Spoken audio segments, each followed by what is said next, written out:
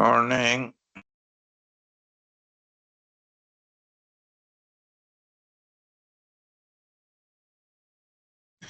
Morning, Michael. Morning, everybody. Yeah, morning, Miranda.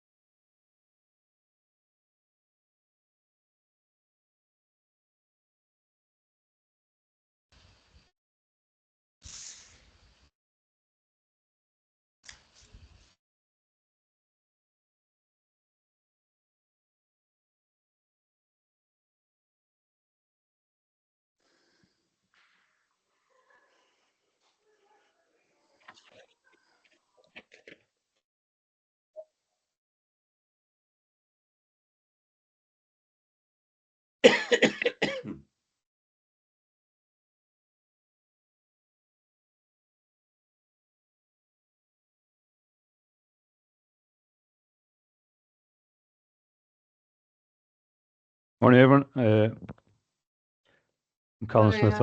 I'll chair today's meeting. I think we just got a couple of minutes while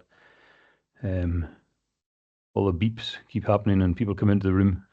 So, Morning. morning.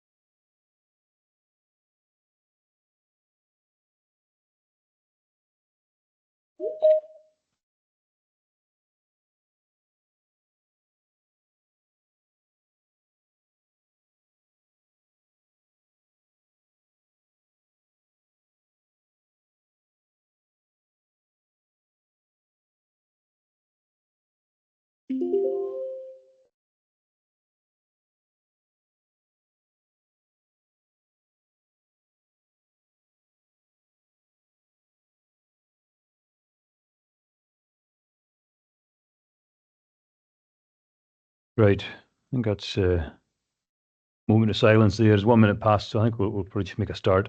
Morning, everyone. I am Callum Smith. I am the chief of my day job. My day role is I'm a chief inspector for the North Highland policing area for Police Scotland. So today is my first meeting here, and I'll be chair of the community partnership going forward. And it's my pleasure to be here. I've already kind of been to some of the meetings and some of the subgroups, and I'm genuinely impressed with a lot of what's happened. So I'll just be trying to kind of support that and help that and encourage that wherever I can. So so it's good to be here, and it's nice to virtually meet all of you. I think just before I start, so I think I'm right to say so this meeting will be it's recorded and it'll be minuted thereafter. So just so everyone's aware of that at the outset. I'm not going to go around if far too many people start going around doing introductions of everyone. So just as and when anyone puts a hand up to speak, feel free to introduce yourselves first of all, so that everyone knows who everyone is. I think I don't know, Miranda, Scott, is there anything else more? I mean, I know I'm just going to look at an agenda here around welcome and apologies. I don't think there's any kind of other apologies that need to be noted other than just what I've mentioned. There'll be some people who aren't here, is there?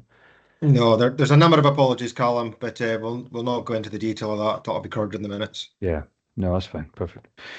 Okay, thanks very much. Right, just start making our way through the agenda as we have it then. So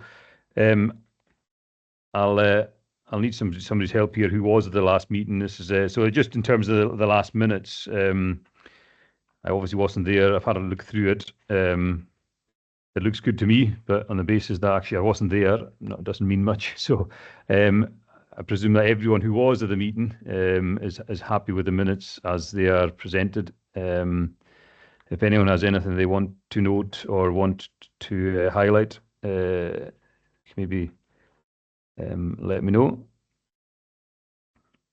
Take silence as being a good thing.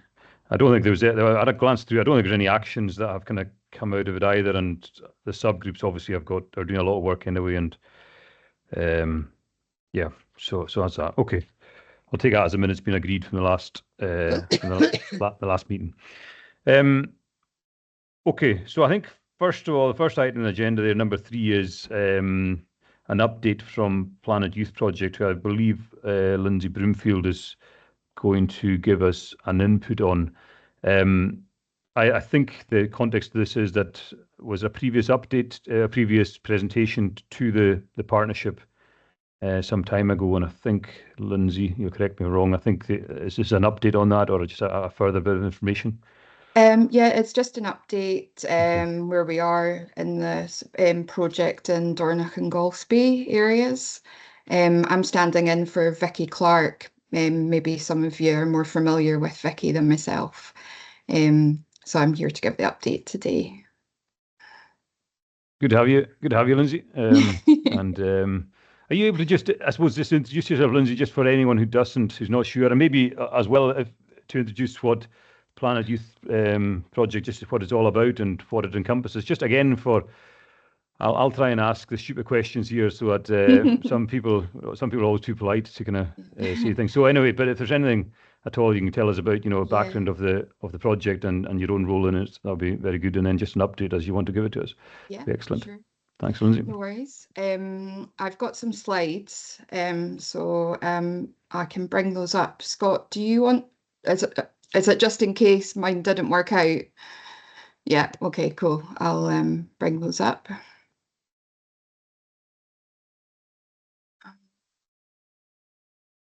Yeah, we're seeing that. Yeah. Okay. Yes. Yeah. Cool. Okay. I'm in my meeting. All right. Good luck. Okay, so it's a local action group update from Planet Youth for Golspie and Dornoch. For those of you that aren't familiar with Planet Youth, it's health improvement sort of upstream prevention for reducing alcohol and substance use and improving the mental health and physical well-being of our young people. We do this by surveying young people in 5 schools in Highland, which are included in a Scottish-wide pilot of Planet Youth. So at the moment it's in its pilot phase. Maybe hopefully with feedback from these pilots it might be adopted Scotland-wide. So we survey the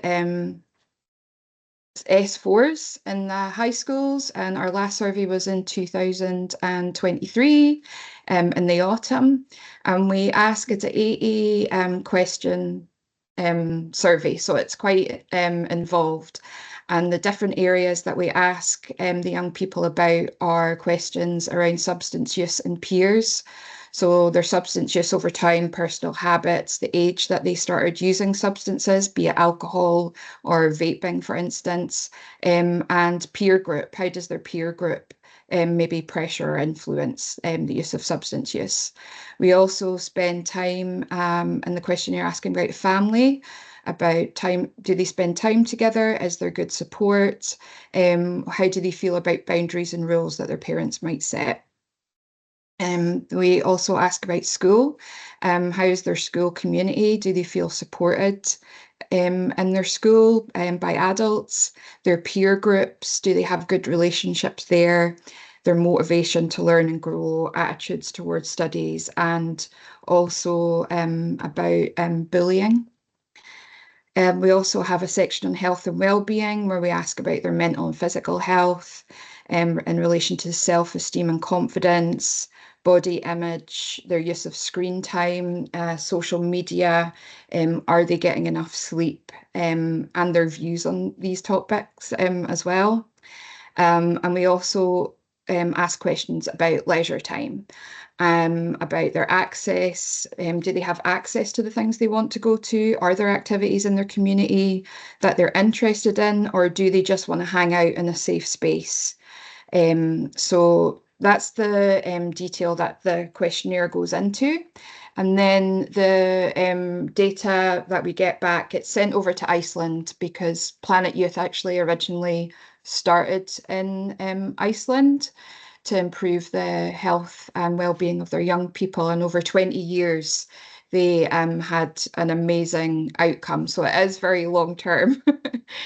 They had very similar numbers of young people drinking and smoking early in their teenage years. In Iceland 20 years ago, it was around about 45%, very similar to Highland at the moment, and that has gone down in Iceland over the 20 years using this model down to 6%. And of course, that 6%, you always still need to keep working to keep that at those numbers.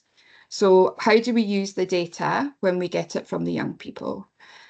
My job is to be a community coordinator and sort of like ask the community to form action groups. And these local action groups can be, we ask parents and carers, youth workers that work with young people, schools, primary school as well, because early intervention is really important. Community council members, for instance, health professionals, sports and leisure providers, interested individuals, anybody in the community really that's interested, and third-party organisations. So that's what I'm going to update you on today. So the local action groups have gone through the data about 2 times now, and we've kind of looked at the data and pulled out 3 actions in each area. And the data that we get back is really specific to Dornoch and specific to Golspie because it's coming from the kids in their high schools. So it's really relevant and super local, and it's only done last year. So it's a really, really good look into how our young people are feeling about growing up in those areas. So I'll just hop into the Golspie Local Action Group Plan first. So in the Golspie Local Action Group Plan, when we're looking through the data together, the 3 areas that they decided to focus on, the first one was focusing on prevention and early intervention regarding drug use and social norms around substance use. The reason that this was picked and the main data supporting that decision was 31% of S4 had been drunk in the last 30 days, and more than 1 in 3 had vaped in the last 30 days. So that's a quarter of S4s felt that they had to use drugs to fit in as well. So drugs in the sense of alcohol and vaping.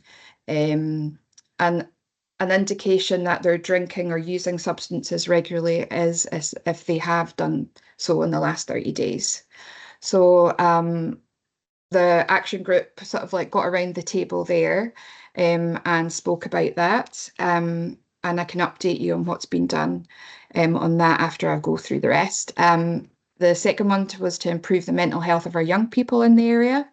The data there was that 30% of the S4 rate their mental health is good or very good, and 49% take a positive attitude towards themselves. But then that leaves 51% that maybe don't. So that was really sort of like quite an important one there. Promoting kindness and positive relationships and to reduce bullying was the third one. Only 31% of the students felt their peers in the school were nice to one another, and 44% had been bullied during school. So there's been loads of work done around these 3 areas, which is really great. So in Golspie, I'm just going to look at my notes here. We've had 2, we just had our last local action group meeting on Tuesday. For the first one, focusing on prevention and early intervention regarding drug use and social norms. Vicky Clark, who is the Highland-wide specialist on Planet Youth, has been developing a vaping resource for parents. The group there felt that there was a gap in parents and carers around information regarding what to do if you find your young person vaping, what's in vapes. It's out for review at the moment, so if anybody is interested in giving us some feedback on that draft, you can let me know. There's also a new Tourist course. That's Tourist is free to sign up for, and the course is about 90 minutes, and it's about discussing drugs and alcohol with young people. So it's really got great strategies about, even if you've got 5 minutes to discuss something with a young person, maybe at the end of a activity, sort of like how you can approach that, and also how you can exit conversations, leaving it open for them to come back to speak to you. So that's something that myself and Vicky are also going to get trained on and hope to deliver face-to-face in the future to sort of like youth groups in the area. There's also e-learning has been available from the SDF on drug awareness. Deborah Knight, who's the smoking cessation nurse, has been into Golspie primary schools, holding session about smoking, vaping, and just addictive behaviours and their impacts. And that's with P6s and 7s. So that's really important, so that the early intervention with the primary schools.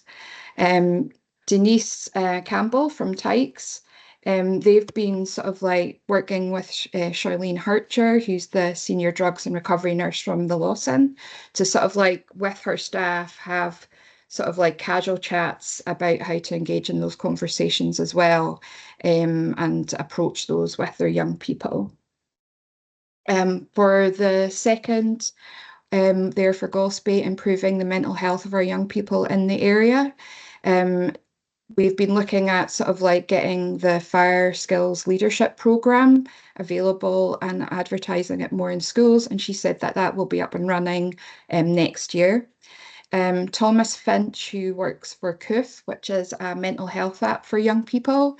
They've actually been working in Golspie High School so far with S4, S2, and S1. and they're doing sessions with the young people in classes about how to create a mental health toolbox for yourself. So if you are feeling low, like what are the hobbies that you know of that will kind of just like, give you some calm? Who's the best person to go and speak to? Sort of like these kind of sessions, which are really great. And there's more sessions planned for the S3s, S5s and F6s. Vicky is also looking with the Bloom, which is a mental health training program for school staff that's available. So she'll be talking about that with them. Elisa Stevenson is our Highland Highlife. I'm sure you're here today. She's here. We have partners in Highland Highlife through Planet Youth, funded through the HDAP, and they're promoting leadership programs, and they've got young people involved. They're building up their hours there. And that in turn, the young people have plans to go into their communities, and Active Schools is supporting that. Just to note that they have a campaign out to attract more adult volunteers to run activities as well. So I'm sure that can be updated from the source herself. And there was some slight kind of like, I think I might be going over time here. I'm just going to try and hurry up. There was all activities during the summer holidays, but some were kind of like not very well attended past primary school age. So we're looking how we can promote that. The promoting kindness and positive relationships. Vicky's working with Curry Low from Say Strong and Free around bullying. And there's going to be booklets as resources coming online soon. And one is aimed for students and another one for parents and carers. And also working with Bernadette Cairns, the lead educational psychologist, on building resources and information for parents and carers on resilience. So that's the update from Golspie. How are we doing for time?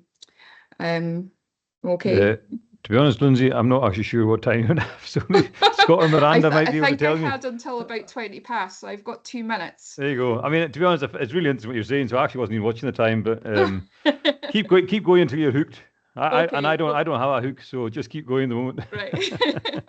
I'll quickly go through the Dornoch one because there is some link in with the ones that have been identified in Golspie. So for Dornoch, the local action group wanted to build on resilience with their young people with a focus on improving their mental health. So again, that's quite similar to the first action in Golspie, but it's 43% of the S4 pupils rated their mental health as good or very good, and 42% wish they could make more positive attitude towards themselves. So again, it's just building that resilience. So I'm just going to look at my notes here. Jim McGilvery and Hugo Talander, their talks of running the fire skills course within Dornoch Academy with the pupils there, because that's a great leadership program, improving resilience. Elisa Stevenson, again, Highland Highlife, they're recruiting young ambassadors. I'm sure she can talk further about that. And using those ambassadors that will be young people in Dornoch Academy, sort of like, and they'll be able to talk about mental health support and inputs with the pupils themselves. And I think that peer-to-peer relationships are always really important with young people. They had a really big boost over the summer holidays with all the activities, and we're really promoting the message on how activities, whether they be sport or crafts or creative, can help with your mental health. So that was really good. Again, Thomas Finch from Cooth has approached Dornoch Academy to do similar sessions that they did in Golspie High School. So I think that conversation is ongoing. Also, Planet Youth-wise, we've combined the mental health data and sort of combined it in correlation with substance use. And that information has been disseminated to the Highland Mental Health Delivery Group and to Bernadette Cairns again, who is the lead psychologist, educational psychologist for Highland. So that's a wee bit of an update there. On the second one for Dornoch, to improve accessibility to activities, focus on transport, clubs, promote family activities as a protective factor. 35% of the S4 students had stated that there was no suitable public transport to allow them to get to activities. So Planet Youth, it's activities as a protective factor from sort of like if you're giving a young person a healthy option that they're interested in, they're maybe less likely to do risky behaviours. That's the whole ethos there. But 41% there was no activities they were interested in. So we know that there is lots of activities going on. So there was a real focus in the last meeting about how can we improve the transport? I think that conversation's still ongoing, but Richard Gale, I'm sure he's here today as well, gave a brief update on local transport. So stating that there is community cars, but for a young person under 16 to travel in them, they would need an adult for safeguarding. So that's where, there might be a barrier there. Golspie and Brora do have minibuses that can also be used in Dornoch. And the school does have a minibus, Dornoch Academy, but would maybe have to link to the development trust to sort of like have those conversations. There's also conversations about how to drive these minibuses. People would have to have MIDAS training. And Jim also mentioned that you need a D1 license for this. So to complete the training, that might be another barrier for some people. But yeah, there's a great conversation about how there is so many activities. It's maybe how do young people that are further out access them and get back home. So that's an ongoing one there. Again, reducing vaping, that's in Golspie. I think that's in nearly every local action group in Highland.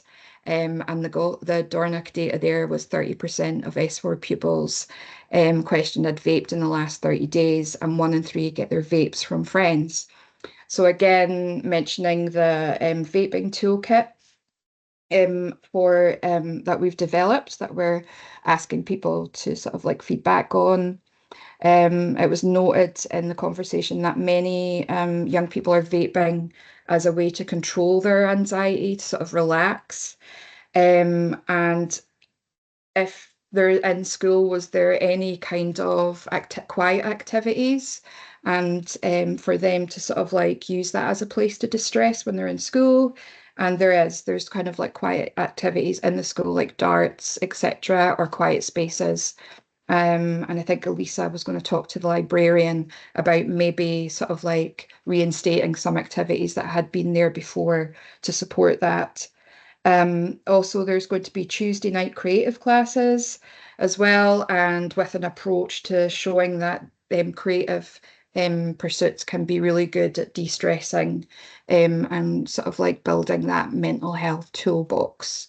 So that's the updates from the local action groups. Just quickly, we're also, that's the Vaping Information for Parents toolbox kit that we've developed. We're also running a competition just now.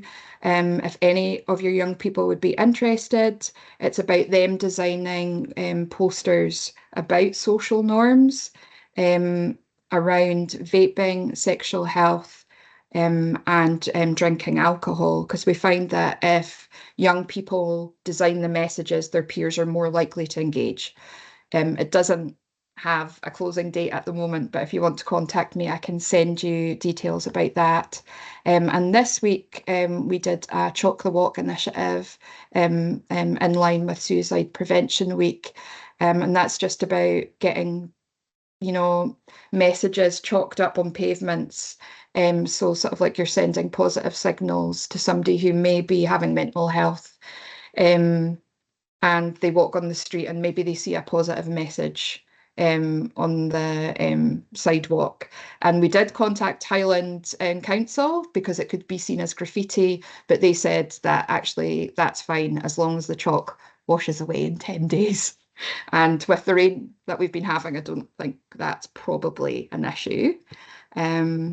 And yeah, I mean, if anybody is ever interested in joining the local action groups, they're completely open, they're not closed. You can come in at any time, and they are advertised on our Facebook page, and I can link that in.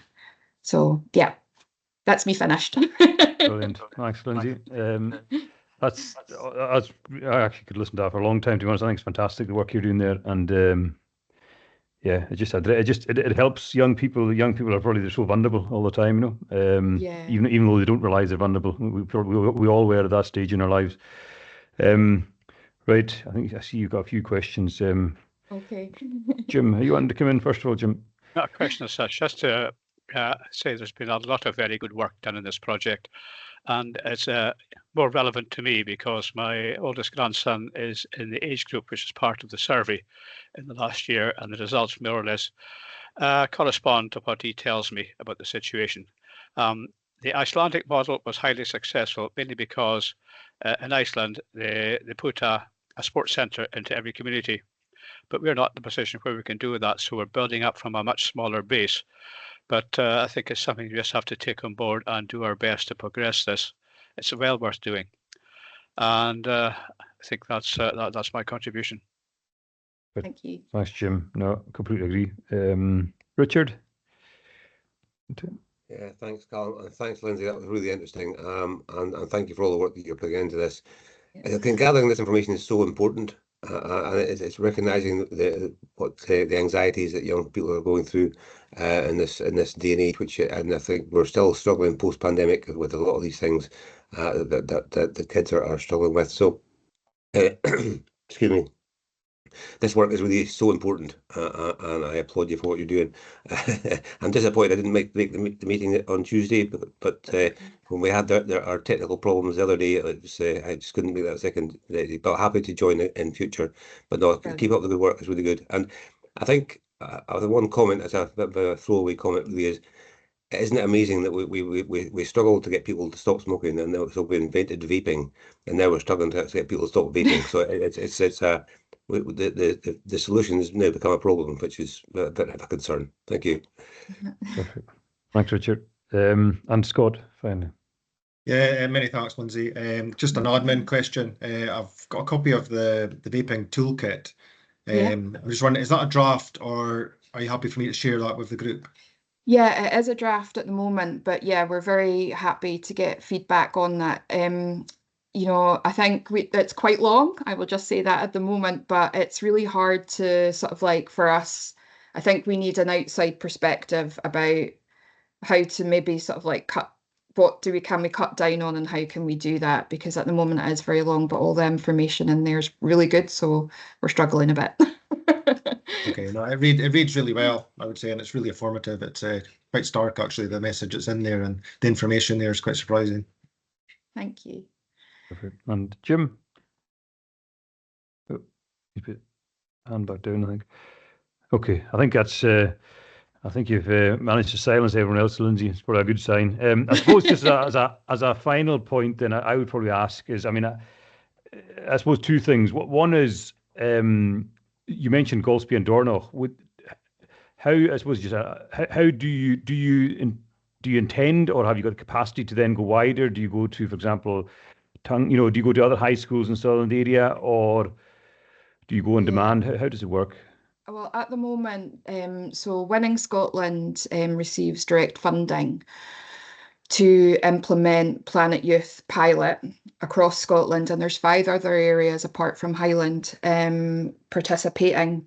There's Dundee, Argyll and Bute, Clackmannanshire, and Angus and Ross. I think that's all of them. So it's all similar programmes are going on. Within Highland, there's Tane, Dornoch, Golspie, Wick and Thurso. So I cover Wick, Thurso and Golspie at the moment. So we just had a meeting with Winning Scotland actually last week from all areas feeding in about the pilot. You know, they were getting information about if we were to put this Scotland-wide or bring more sort of like regions on board, sort of like how from the feedback you've given us, what would be good information for people to start the project off? Do we need education and health involved together? Sort of like all of these questions were sort of like rooted out sort of like during the day, and all the information was. So, you know, it's really hard to say after the pilot. Will it continue? We hope that it really does. I was actually at a talk the other day with this educator that Winning Scotland had brought on, and he said that change only happens at the speed of trust. And all the work that I've done in the communities here, you know, I am building trust with lots of people in the community and doing really good work, and I don't want that momentum to stop. So I'm really holding out that it will get the funding and sort of like continue, but it's a wait and see at the moment. Okay, no, that's brilliant. Jim, you want to come back in? Get your hand Yeah, up. sorry, I got bounced out there. Just to say, it was a very good reminder about the Fire and Rescue Service course with schools, and I must admit, I confess I've done nothing about that, and it's really so valuable that I'll try and make an effort to actually get it underway as soon as possible. Yeah, thank you. Brilliant. Okay, thanks, Lindsay, and No worries. thanks for your time. I think that's very helpful, and it's educated me in things I didn't know anyway. So it's I'm sure there's plenty of other people like that as well. So thanks very much for your time. Right, next on the agenda we've got Hayley Graham's going to give us an input about the Highland Whole Family Wellbeing Fund, and I suppose, given I've actually just failed in my first duty as chair, and the first input that we've had, I actually had no idea what time has you got. So, Scott, what were we going to? How long's Hayley got before I actually? It's usually about 10 minutes, but I think Hayley's just looking to give us a wee bit of information about the current funding that's available. Okay, there you go, Hayley. There's your. Yeah, no, there's your grounds. So no, thanks for coming, Hayley. So just go ahead. Just share my screen. Just give me a second. I've got a couple of slides as well. And can you all confirm you can see that? Yeah. Yeah, that's perfect. Thanks. Right, and put it to.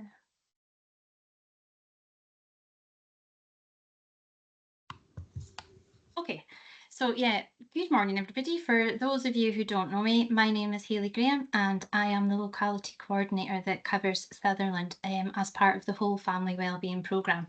So there are 6 of us across the patch, but I cover Sutherland and Easter Ross. So I will be your contact. Today, we have kind of met with you before. I met and delivered an input with my colleague Kai when we were first brought into post, and we discussed what the Whole Family Wellbeing Programme is. We're kind of further along the process now, and funding is looking to be released directly into our communities. So we felt it was really important to let you know where we are with that. On this introductory slide, we always kind of start with our vision, and that's just, you know, to try and focus and remember what we're here for and what we're trying to achieve through this fund. So our vision is that every family that needs support gets the right family support at the right time to fulfil children's rights to be raised safely in their own families for as long as it is needed. So that's what the Whole Family Wellbeing Programme is about. The Scottish Government are providing direct funding to us, and we're looking to get that money into communities and into locality. So the aim of the strategy is to define the approach, application, allocation process and governance of the Whole Family Wellbeing Fund. So this is something that is quite recently been agreed, and that has been agreed in line with the model through the Integrated Children's Services Planning Board and the Highland Community Planning Partnership Board, as you can see. So it is directed at services who are providing holistic whole family wellbeing support across Highland. So we really are trying to focus on all of those organisations who are supporting our families. And we have had a few questions from other organisations, for example, that are supporting adults only, but they may be parents, and they are absolutely involved in that whole holistic whole family support. And we wouldn't, we would want to encourage those types of services from applying to the fund as well. So there are 3 elements of the fund, but I'm going to talk about the first 2 today because it's element 1 that's open at the moment, and that's what we're trying to promote across the patch. So if anybody is able to take the information that I share today out to other organisations who maybe don't have that information, that would be greatly appreciated. Okay, so this schematic kind of outlines the process in terms of governance, starting with our data gathering at the bottom there. The funding strategy, as I've said, will be implemented under 3 elements. So what we're looking to do is to form local partnerships in each of the localities, but we don't need to reinvent the wheel where that was already in existence, and that's very much the case here in Sutherland. As you know, you have your thematic group of Sutherland Cares, where anything mental health and wellbeing is discussed, and that is the kind of arena that we've selected within Sutherland to bring these things to. Excuse me. So yeah, so we don't want to reinvent the wheel. We know that Sutherland Cares already exists, and it's great input for us. I'm already planning to meet with Miranda and Fiona next week to talk about how we can support organisations across this area a little bit more. In terms of wider governance, you'll see from the schematic, the change leadership group is going to provide that overarching strategic oversight in terms of themes for change undertaken by the whole family wellbeing programme, and that's going to be aligned to the HOIP, and it's just to show that these different frameworks will be working together and will be aligning under the people element of the HOIP. And this relates specifically to element 2, and I'll talk about that as we move forward in terms of the collaborative fund. So element 1, what exactly is it? Well, that is the fund that's open now, and it's for local community-based activity small grant funding. So as you can see, the application opened at the beginning of this month, so the 2nd of September, closes at the very end on the 30th, and it's for grants up to £10,000. And it really is for small grassroots organisations, third sector organisations. That's what we're trying to push this element of the fund towards. The whole family wellbeing self-assessment toolkit, as you can see, that's launched in June of this year, and it is a mandatory part of applying to the fund. So it's just to confirm that we kind of wanted to move away from the whole transactional process of applying to a fund, being given funding and taking that forward. We really did want to try and push for transformational change, and with that it's more than just, as I say, that transactional process. So the self-assessment toolkit launched in June, and we do have a few in, and that's just hoping to provide organisations with a kind of starting point, a baseline where they can move forward from. But it's also an opportunity for us to gather information as to what's happening across the whole of Highland and to take that forward. So in terms of the fund, we have held sessions throughout July and August, drop-in sessions for people to come along to discuss their funding application ideas, or if they require any further information. We've also been there for that, and we've developed an FAQ sheet, which it's changing all the time. Obviously, people come up with different questions, and a question that might come up in Lochaber might be relevant to a question that somebody was thinking about asking in Sutherland. So that's very much a working document, and that's available on the partnership website, but also available on the HTSI website. We have been working in conjunction and working very closely, in fact, with HTSI. So we have a landing page on their website, and a lot of our documentation, a lot of our support information is available there. And then obviously through the community partnership, with me providing the briefing here today. Hopefully, as we move forward and we're more established in terms of my input into Highland Cares, I'll be able to provide those updates. And then as it has always worked within Sutherland, that thematic group will then obviously inform the partnership as to what's going on. So yeah, this slide, element 1, the locality community-based activity small grant fund for 24-25 has been looked at around poverty and inequalities and improving poverty and inequalities across the area. So on this slide, you'll see the indicators that the Scottish Government have published through Best Starts, Bright Futures, and these are just to help organisations target their support towards, because this is what Scottish Government are telling us is the definition or the top indicators in terms of poverty. As we move forward, this is something that's fluid and it may change. So when we open the fund up again, which we definitely are going to have to do, it might change and we might have another theme, and that will be directed by the information that we receive within localities and that kind of element of community intelligence. Okay, so element 2 is the Collaborative Partnership Fund, and that doesn't have an opening and closing date, as you can see. That's more of a rolling process, and what that provides is 2 grants up to £50,000 per community partnership. So that is money that is going directly into locality. So we're not looking at agencies coming together across the area and perhaps, as many people comment, only Inverness benefiting. This is 2 £50,000 grants going directly into locality, and we are very much taking a flexible approach with that. So it may be that certain organisations are looking for funding over a couple of years, 25,000 over 2 years, for example, and we would look at that. So any ideas, anything that anybody thinks there's a gap, there's something that we're missing within this locality and that they could work closely with another organisation on, we would be encouraging to come forward with that. The other thing to mention is the self-assessment toolkit is mandatory for that element as well. So if an organisation wants to tap into any of our funding, you will have to complete that self-assessment toolkit. But as I said previously, we're absolutely here to support and help with that. And at the bottom there, we've just got the community partnership brief. Obviously, I'm going to be providing updates, and that's just the same as what I said previously with element 1. Just checking if I've missed anything major from this slide. Don't think so. What I will say, this last slide is kind of examples. It's how element fund can be utilised, some examples of the desired outcomes, and it's just to give you a little bit of an indication of what we want to achieve and what we need to achieve with this fund.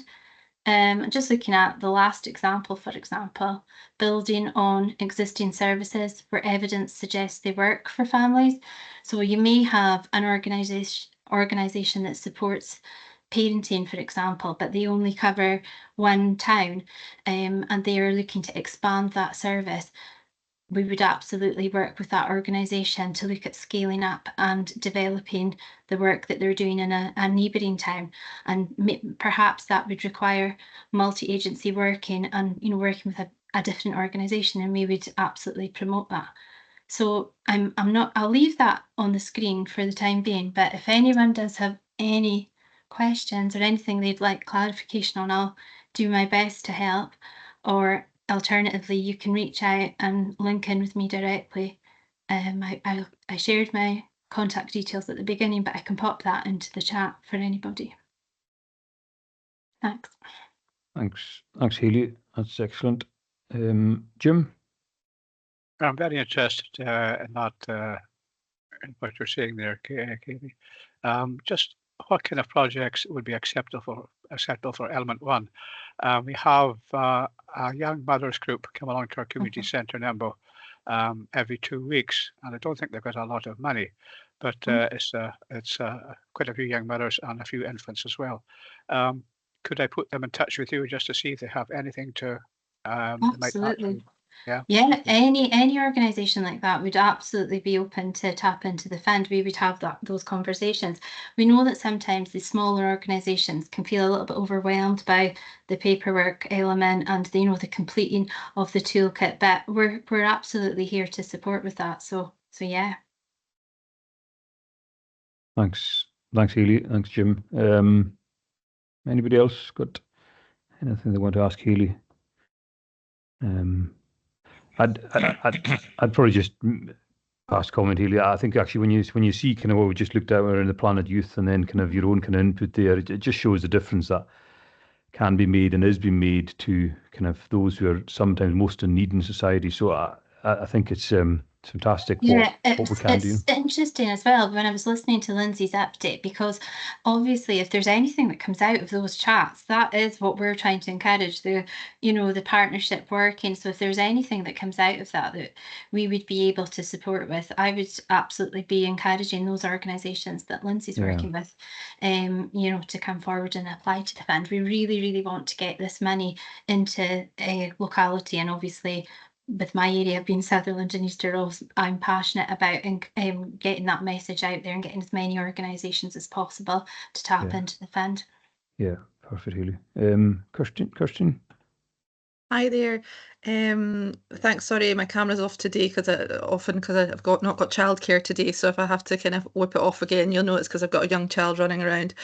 Thanks, Haley. The presentation was really interesting. I just put a message in the chat.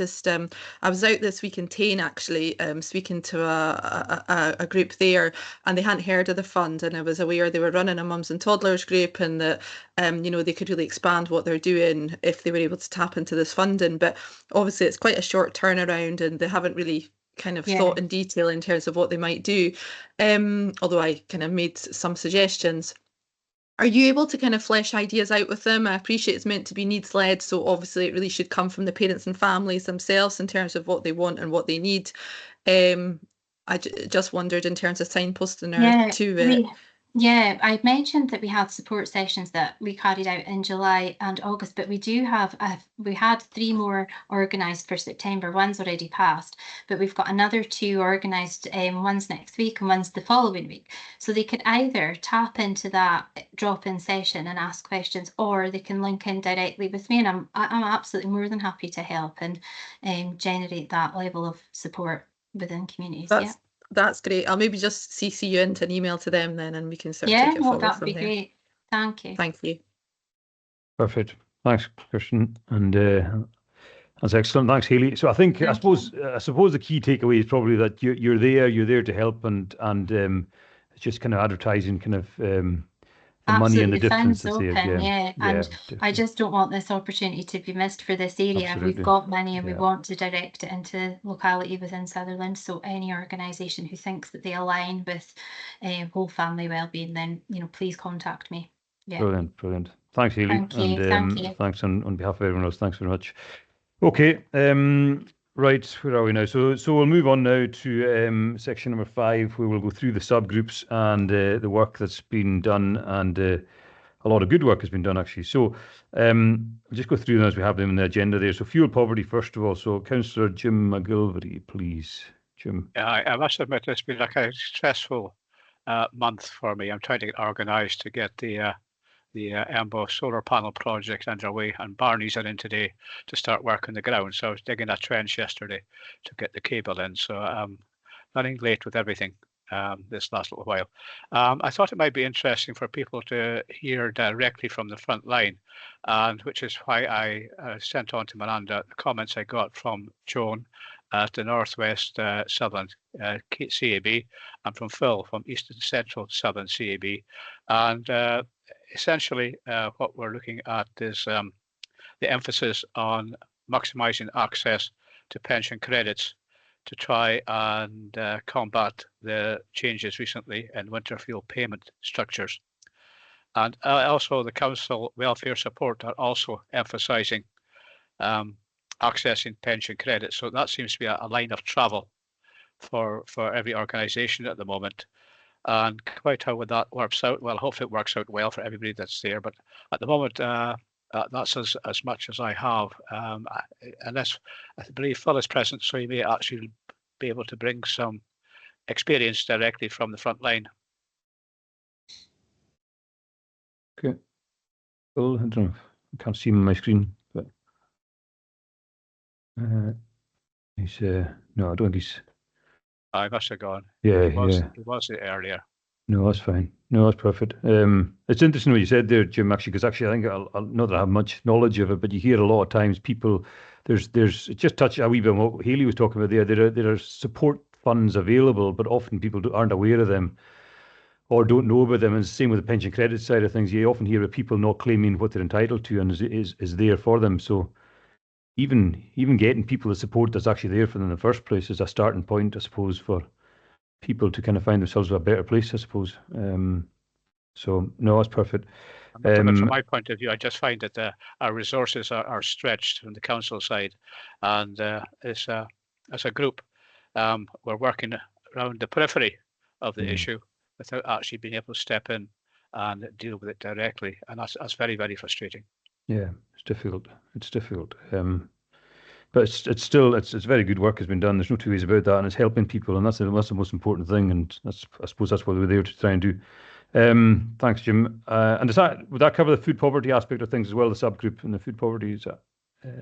Yeah, I got a number of outstanding actions from the last group, and I just haven't got around to doing anything about them. Fine. So it's work in progress.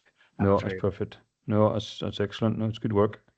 And I'm concerned that you haven't delegated that trench digging. You need to get somebody else onto that for you. But anyway, thanks, Jim. Okay, I'll move on to the transport subgroup and Councillor Richard Gale, please. Richard. Hi, thank you, Colin.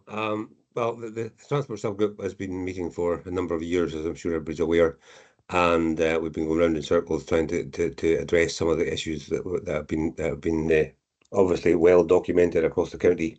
And it was interesting to hear that when Lindsay was giving her presentation, that transport in Dornoch was the kids were talking about no transport access to activities, and so we're not really changing anything much because this has been talked about for many years, and all the surveys going back as far as 2017 identified the same problems. So that's the issue, and that's why we started to take matters into our own hands. But that's more to do with the Southern Resilience Initiative, which I'll talk about later on. It's later on the agenda. There are a number of transport groups across the county which are doing a really good job. But they're obviously operating within their very own small catchment areas, and there are large swathes of the county that are actually missing out as a result of no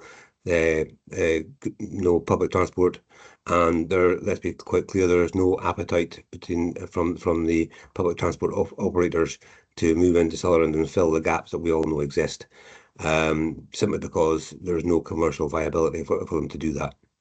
I've often said that it's a great shame that we lost the postal bus service across the county. It served a tremendous gap for us in terms of getting people about, and that these postal vehicles are still travelling about the county but don't take passengers anymore. And it's a real shame that that's a facility that we've lost, and that resource is no longer available to us. So the issues exist. We know they're existing, and we're trying our best to actually overcome them. And I'll talk more about it when we come to the SRI part of the agenda later on. Thanks. Brilliant. Thanks, Richard. And yeah, I think once we get this SRI, I mean, there's been a lot of good work carried out, and I think once we get that section of the agenda, it'll probably kind of become quite evident. So perfect. Thanks, Richard. And so the next subgroup is the employability, Catherine Sutherland, and Fiona Webster. Fiona's. Yeah, I'm here. Here. Good morning. Okay. Hi, Fiona. Good morning. Hi. Okay, so just to kind of touch on a couple of things. We've received our offer from Scottish Government for employability services. No One Lies Behind money. We've received 1.34 million. Tackling child poverty, 1.34 million. And this is to funding which will be given to the Highland Employability Services, Highland Employability Partnership to deliver employability services across the Highland. So one of the things that we have just opened is the Community Engagement Fund, because one of the key challenges this year will be to identify working parents and employers who can be supported to potentially help lift more families out of poverty. So what we're looking to do is we opened a community engagement fund, which is funding up to £10,000, and it support Highland-based community or third sector organisations to run a variety of activity in their local community that will engage and support people who could benefit from extra help to secure employment or to help low-income working families to potentially grow their household income. And obviously at the back of that, the key aim of the fund is to generate new referrals to the Highland Employability Services. So there are quite a number of ways that this can be done. What we've done in the past is maybe a community cafe that maybe supported people coming in, maybe working in the cafe, developing skills, getting something on the CV, and then potentially, you know, if they are looking for employment or whatever, they can then do the referrals and pass them on to us where we can help and support them further, you know.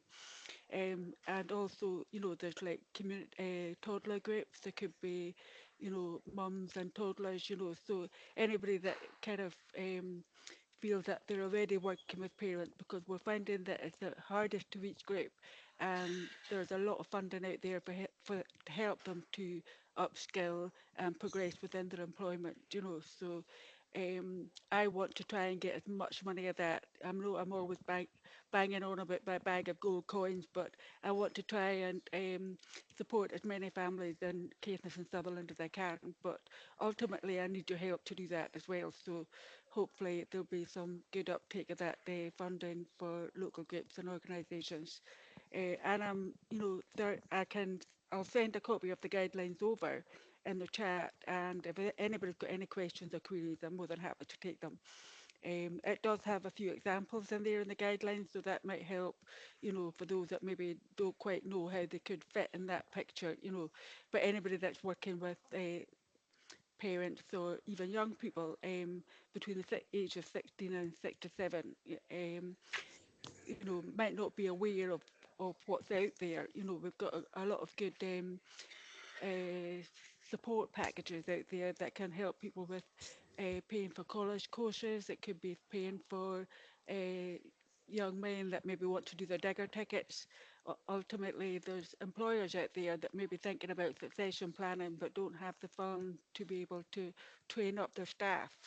So potentially that is where we could come in as well. You know, there are certain criteria attached, but I'm always happy to deal with it on a case-by-case basis to see where we can help people.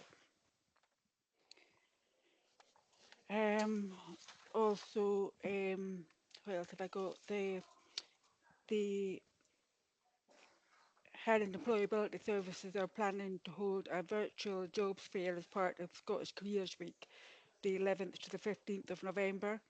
So we're planning having a whole week where 12 employers each day, different sector each day, can, those that maybe have a lot of vacancies that they want to fill, or trying to encourage more people to come into the sector, they don't have to take a whole day out of their work to be able, they can just attend virtually for about an hour.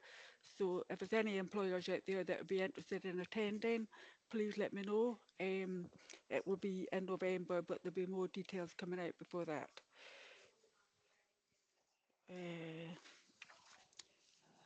Developing young workforce have got a new opportunity out just now. Join the Summit to Success Challenge. This is for young 16 to 24-year-olds, and it's open. The closing date is actually the 20th of September, so not much time. So basically what it is a fully funded outdoor bound challenge for young people to take part in the Cairngorms, and it's all about confidence building, team building, and it's just an application that they have to fill in, but it's a great opportunity for young people to just get away from the area for a while, just to find out what their capabilities are, just to get that bit of confidence, you know. So I'll pop that over in the chat as well. Excellent. Apart from that, I haven't really got much else to say. On the childminding front, there's not much else happening. I did get a report from the Scottish Childminding Association. We still only have one new childminder in Lairg, one in Brora and one in Dornoch, unfortunately dropped out of their course. And we've got one in Betty Hill that's currently going through the process of being a childminder, and a newly registered person in Ullapool. Okay. There is Perfect. the ELC North survey that has gone out. it closed at the end of July. I was hoping to have some feedback from the survey, but apparently there was a good response. There was about 210 responses from Caithness and Sutherland for the ELC settings and about what parents wanted to see in their local nurseries, whether they wanted childminders, whether they wanted more nurseries, all that kind of thing. So hopefully I'll be able to give you a better update on that at the next meeting. Perfect. Thanks, Fiona. That's really, really good. I think actually, the more just listening to everyone talk today, the more I listen to it, the more it becomes apparent that actually a lot of the areas of good work that are happening, a lot of the support mechanisms and funding streams that exist that maybe sometimes actually aren't being best taken up on, and that's maybe because people have a lack of knowledge of them or a lack of understanding how they get it. So you can ask, you mentioned there a few different things, the developing young workforce, the Highland Employment Services, the work kind of trade fair, I suppose. Do you get much, and then you're kind of talking there about the kind of childminder association and the lack of people coming through there. Is it I don't know, how is it that people, how is it widely known? Do you feel it's widely known, a lot of the supports that are available to people and the funding that's available? I think you're talking about fund there at one point as well. And, I was even thinking there when you're talking there about the Cairn Gorm outbound course, even, for example, if I think of, a day work, as a police officer, for example, and a lot of the people that we come across that actually would benefit from that, we as police, for example, probably have very little knowledge of bits and pieces like that, and actually we'll probably come across people who benefit from things like that. So do you find there's a lot of uptake for some of the bits and pieces you're talking about there, or is there more capacity for more uptake, if I put it like that? I think it depends. I've been talking to a lot of my young clients that come to me, and a lot of them are really, we're talking about some of those that are maybe very low confidence, and, just obviously have anxiety issues, have got different background issues, and really not confident about taking up something like that, and I do try to sell it to them that, nothing ventured, nothing gained, it's a great opportunity, but, sometimes it's quite hard for these young people to just kind of put themselves out there because it's a bit like, oh, everybody else out there is going to be so much better than me and I'll not be able to do anything. And, it's trying to get over that, so it's about giving people furthest away from the labour market or those that do have issues a chance to shine at something like that and just get some, and just to realise that there's a whole other world out there apart from just lying in the house and playing on the Xbox all day, So it can be quite a hard sell, but I'm trying my best to. Yeah, no, definitely, absolutely. Yeah, no, that's brilliant. No, that's excellent. Thanks, Fiona. Fiona MacDonald. Yes, hiya. Go for it. I just wanted to say that I am sitting at the UHI Foundation meeting yesterday, and they were saying at UHI they feel they've got demand and capacity to increase their senior phase and modern apprenticeship schemes by 20%, but they don't have the funding to do that. So their funding for those kind of streams comes from Scottish Government. So they were wanting it promoted that if anybody had any influence, up towards Scottish Government direction, that they do have the capacity to do more than what they're doing now. So I just thought I'd put that out there. Brilliant. Perfect. Thanks, Fiona. Hayley?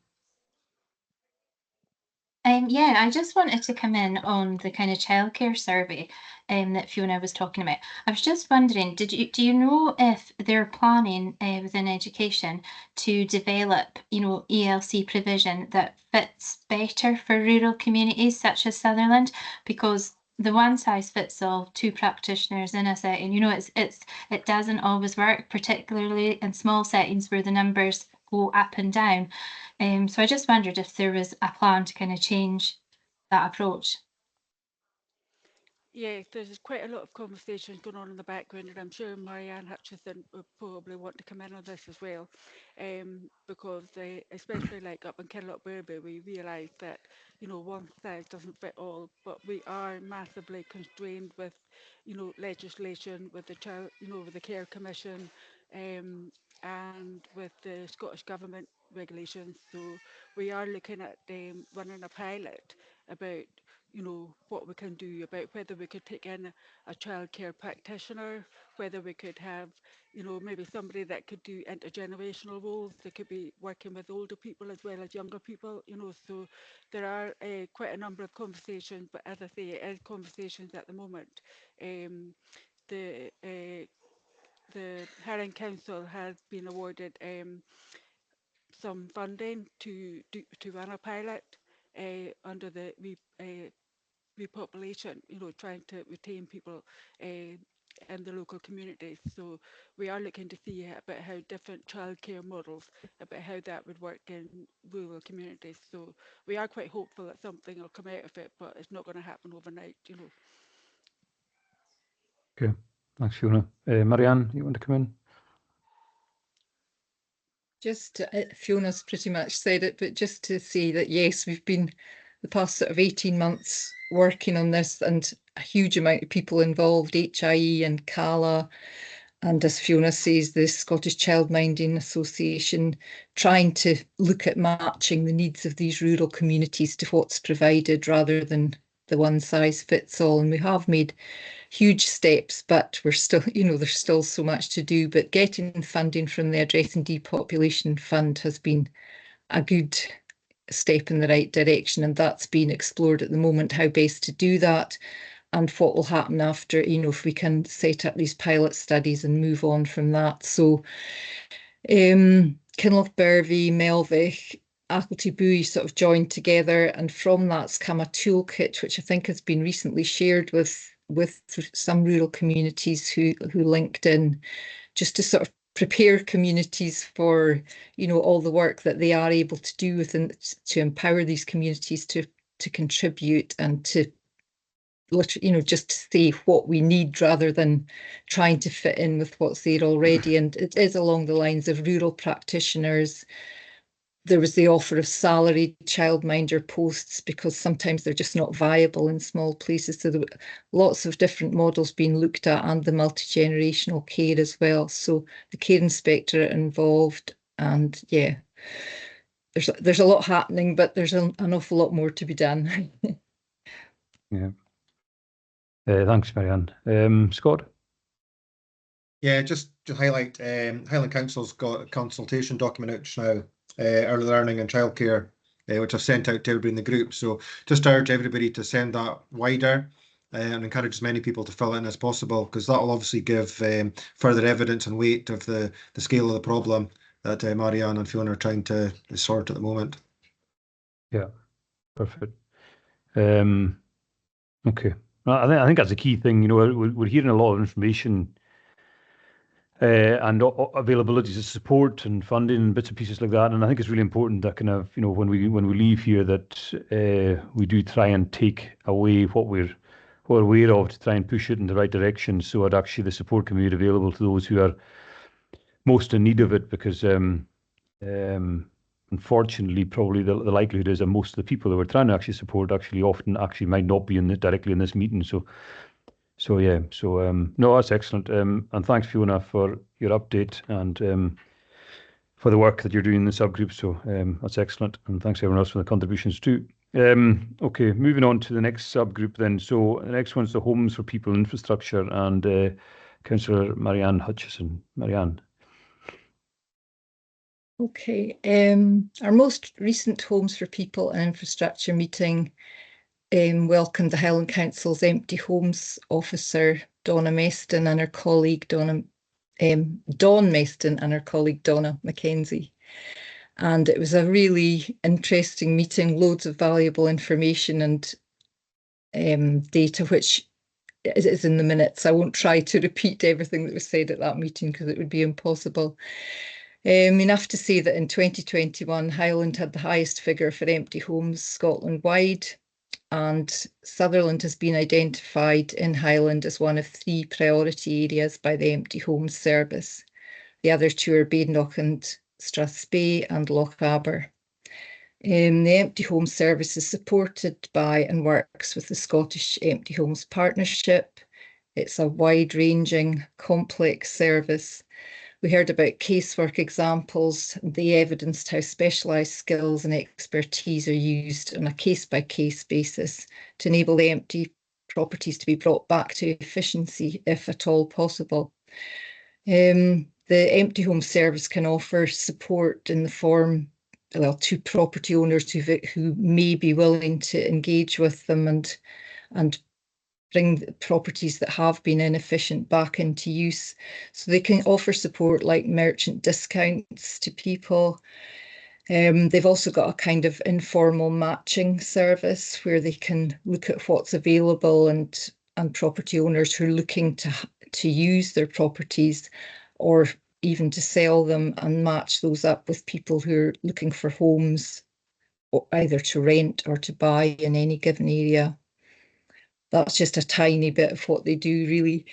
The details will be in the minutes, and I'm sure they're distributed to everybody in this call and can be shared further. And also, it's really important for us to raise awareness of the Empty Homes Service, because I feel that within communities, people probably aren't aware that they can just give information to the Empty Homes officer, who can then get to work in trying to identify whether that is a property that can be used by them, or just explored to see what the possibilities might be.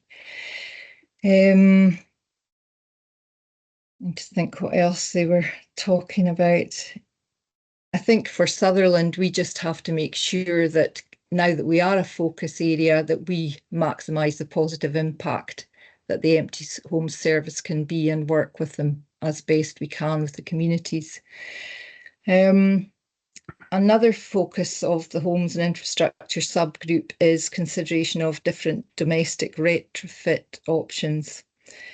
As with the Empty Homes Service, this supports the owners of inefficient properties to perhaps bring them back into use, which is what our group's about.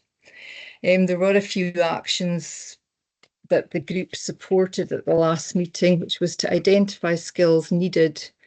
We could learn from projects and plans such as what's going on in Rassay, and in a previous meeting we heard about Ullapool and Lochbroom's plans for retrofit.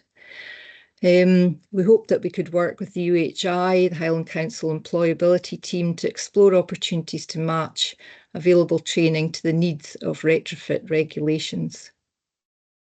And we could maybe try to find local trades and businesses who might be interested in adding to their capacity by undertaking these recognised training for coordinators and assessors in whole house retrofit. Also at our last meeting, we heard from David Watson about the Crofting Interest Questionnaire. Questionnaires provided valuable information on the scale and the nature of the demand for crofts in Sutherland and East Ross, and maybe David would like to update us on that. I gave the main stats, I think, at the last meeting, Marianne, thanks. Yeah. But the one thing that's happened since between SCP meetings is that we've met with the Crofting Commission to discuss the findings, and the Crofting Commission are really, really enthusiastic about trying to create new crofts, and are really interested in the data that we've created, particularly the data about what people are willing to pay for rents for new crofts, because if anybody knows, existing crofts can have very low rents that were set decades and even longer ago, it hasn't created much of an incentive for landowners to create new crofts if they think that the income isn't going to be great. But actually, people are willing to pay more for crofts now, and creation of new crofts means that you can set rents that's in a more viable and acceptable to both parties. And so that might open opportunities for new crofts to be created. There's also some so we're actually working with a landowner to look at an area where new crofts could be created in East Sutherland, and one of the issues that we're working through is the creation of new crofts on land that was previously designated as common grazing but isn't used as common grazing anymore. And obviously the technicalities of that in crofting law can be really challenging. But just wanted to say that the Crofting Commission are really positive about the opportunities to try and find a way to make things happen. So that I think that is a success from the questionnaire in itself. So we'll keep working with them. Thank you. That sounds good. Don't know what else. One of the main things that the subgroup also benefits from is local updates on ongoing housing and infrastructure projects and developments throughout Sutherland. Our next subgroup meeting will include a presentation from Helen Cameron, who's Highland Council's Housing Development Manager, and I think will give us an overview of how she sees things in Sutherland with regard to homes and infrastructure. So that should be another good meeting. I think that's me, but I'm happy if there's any questions. Thanks. Thanks, Marianne. Thank you. Is there any questions for Marianne on anything she's brought up there at all?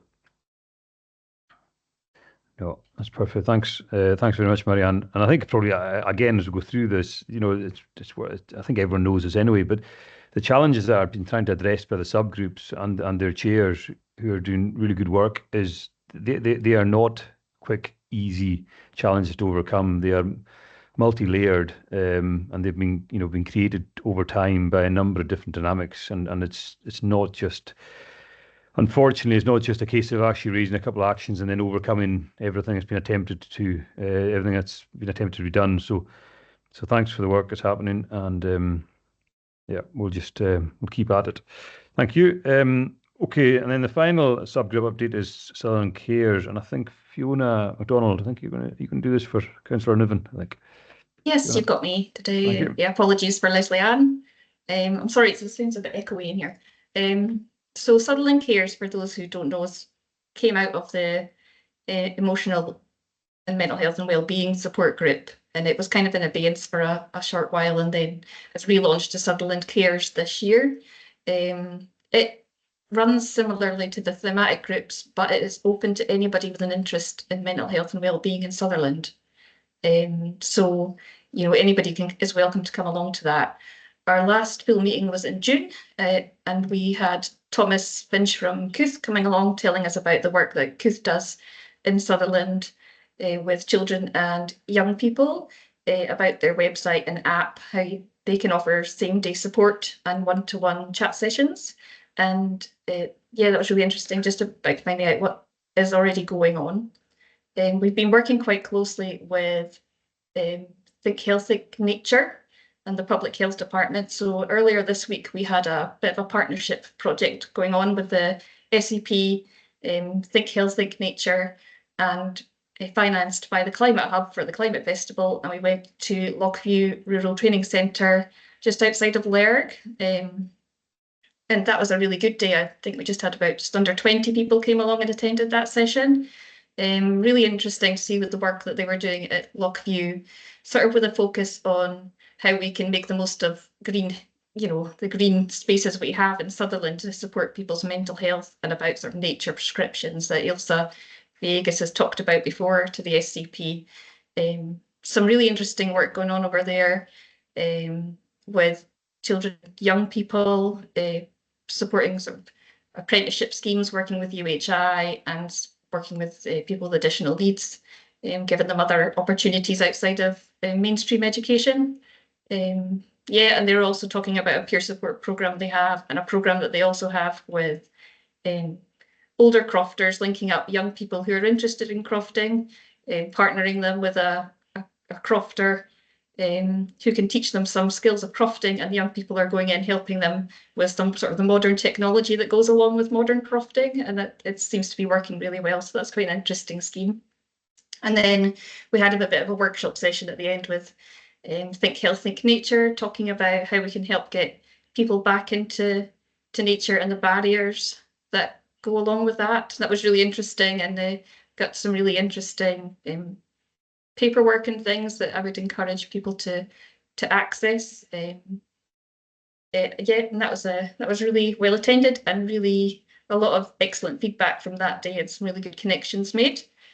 Our next Sutherland Cares meeting is on the 24th of September. It's a Tuesday at 2 p.m. Anybody is welcome, and I would encourage anyone to come along. It's going to have a climate, nature, health focus, as there seems to be quite a shift in the dynamics with this. It's got quite a focus at the moment. We've got some new community link workers being employed in Sutherland that are going to be able to help people with mental health concerns get out into nature. We know that isolation is a big issue in Sutherland, so they'll be able to access the community link worker service through their GPs, and they'll be able to link them with projects going on in the community that will help them feel less isolated and break down some of those barriers. So yes, we've got 3 speakers at the next meeting. We've got Ailsa coming along from Think Health, Think Nature, somebody from the Highland Environment Forum, and Highland Adapts coming along, so everybody is welcome to that. I'm also meeting with Hayley as soon as possible to get sorts of the ball rolling with a whole family wellbeing fund, so we can start having proper discussions about where to make the most of that money in Sutherland. And I think that might be my update for the moment. Brilliant, Fiona. Thank you. Some excellent work again going on there. So thanks for that. Does anyone got anything they want to ask Fiona about at all? I know there's things. Sorry, I don't appreciate if anyone's putting things in the chat and I'm not picking up on it. It's not because I'm rude. It's probably because I'm not the best at multitasking. So if there's anything at all, just maybe Scott or Miranda can maybe point me towards the chat. Yeah, don't worry, Callum. We're keeping an eye on that. Perfect, thanks. So thanks, Fiona. And again, just touching what I've just said already about, if you actually think about the mental health and well-being of all of us, the subgroups we've already heard from, they all fit together. Food, fuel, transport, employability, homes, all these things come together to create some kind of a package, if you want to put it like that, that actually gives us all well-being and improves their mental health. And they're all, every bit of work that the subgroups are all doing individually, they all come together to create a better county as a whole. So thank you for the work that you're doing, and thanks very much. So I'll move quickly on to section 6 now, and I'll come back to Richard about the Southern Resilience Initiative. Richard, if you want to touch a wee bit more on that. Yeah, thanks, Colin. The Southern Resilience Initiative is ongoing, and I'd like to say, first of all, that I'm getting administrative support now from Miranda and Scott, and I'm very, very grateful for that, because it's starting to grow arms and legs as we go forward. So I think without that support, I don't think we'd be able to go much further. Situations at the moment, we have the 4 vehicles. 2 vehicles are in operation. One's up in Berry Hill and one's in Brora. The Brora one I know is working and has been out and about, so the community are getting the benefit of that now.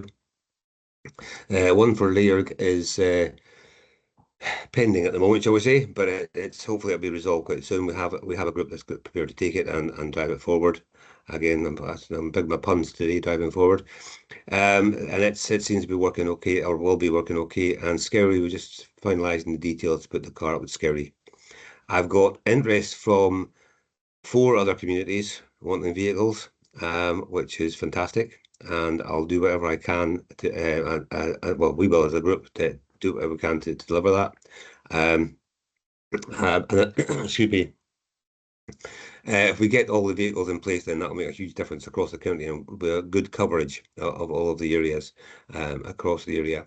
Now, but what I'd like to say first of all is that the SRI is not just about transport. It's more about the development of the county as a whole, and to see what we can do to stem the depopulation that we know the southern county is going through at the moment. And I think that's really been brought home to me the last couple of days in particular, because we'll all be aware that the Bank of Scotland in Golspie has just announced that it's going to be closing. And that is a significant blow to the county. It's the last bank in Sutherland, and that's no banking services at all for us, which is really shocking. Now, I have written to them and asked them to meet with me to discuss any opportunities that we have to review that and maybe change the operating model to be more receptive. I mean, I know that in a number of areas, financial institutions are getting together and sharing workspace. So you might have a client, no, not Clyde anymore, but a Virgin Bank and a Bank of Scotland and a Royal Bank of Scotland all using the same building and giving people the opportunity to have access to their bank in their own area. I'd love to see something like that being worked in Sutherland, so we can actually provide a service that's absolutely vital. So that's to me highlights the issue that we have with the removal of services from the county. And at the moment, we don't really have anybody out there fighting for Sutherland per se. And I'm very keen for the SRI to become a quasi Chamber of Commerce to promote Sutherland going forward. And I've had a number of meetings with David about that, and we've discussed the possible options and how we drive that forward. None of these things happen very quickly. It took us 2 years to get cars on the road, and everything else will go slowly as well. But we're also looking to widen the coverage of the SRI so that we can get much more community involvement. And with that, Scott and Miranda are helping me to look at how we can get an EGM organised, probably for November, to invite people in to join the board. And then at that point, the majority of us councillors can withdraw and let it be community led. But I also see it as being the SRI being effectively the operating arm of the Sutherland Community Planning Partnership, because the partnership, we can sit and talk about things, but we can't deliver things. But the SRI can do that on behalf of the partnership. So I think there's real opportunities there to work together. And I've run that past Alton Clark and the council who is leading on the HOIP. And she sees no reason why we can't do that. So there are opportunities there for us. Now we can look at that from the point of view of transport, employment, housing, childcare, and everything else that drives depopulation. How can we make things better? How can we deliver services ourselves just to actually cover our area where we know that nobody else is going to do it for us? Now I'm also reaching out to the council and I've offered them the integrated transport plan that we've had built for Sutherland, with a view to sharing that with them, and because the council are looking at transport opportunities across the Highlands, but I suspect that Sutherland's probably way down the list of areas where it's going to go to, but they are building up on that, so it may come our way eventually. But at the moment there are no really reliable commercial operators in Sutherland apart from in small areas. I mean, I know the Durness bus company does a good job, and McLeod's in Robert are doing a good job as well, between Lairg and Helmsdale. But there are vast areas of the county that don't have access to good transport links. And so we're looking at the whole thing, how we drive the development of Sutherland forward. And let's not forget, of course, the coastal community side of things, where not the coastal communities, the Green Freeport side of things, where the catchment area for the Green Freeport comes up as far as Brora, and how we can encourage investors to come in and develop in that areas and take advantage of all the tax breaks that are available through the Green Freeport opportunities. So that's where we are with the SRI. It's a slow process. We're making progress, but it's I'm confident that we will drive it forward, and over the next 2 or 3 years, then we should see some really good positive returns for it. And that's me. Happy to take any questions. And I noticed that Michael's got his hand up. Thanks, Richard. Michael.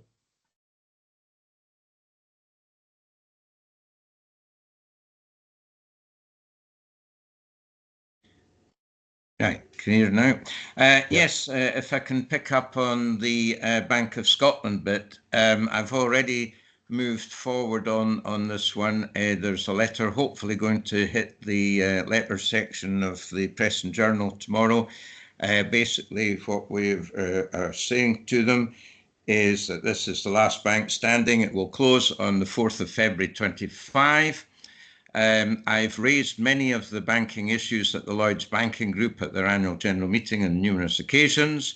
The board of directors doesn't seem to be interested in our far north banking areas, and they'll be the first to complain when they come on holiday or visits to the north and are unable to do any form of banking.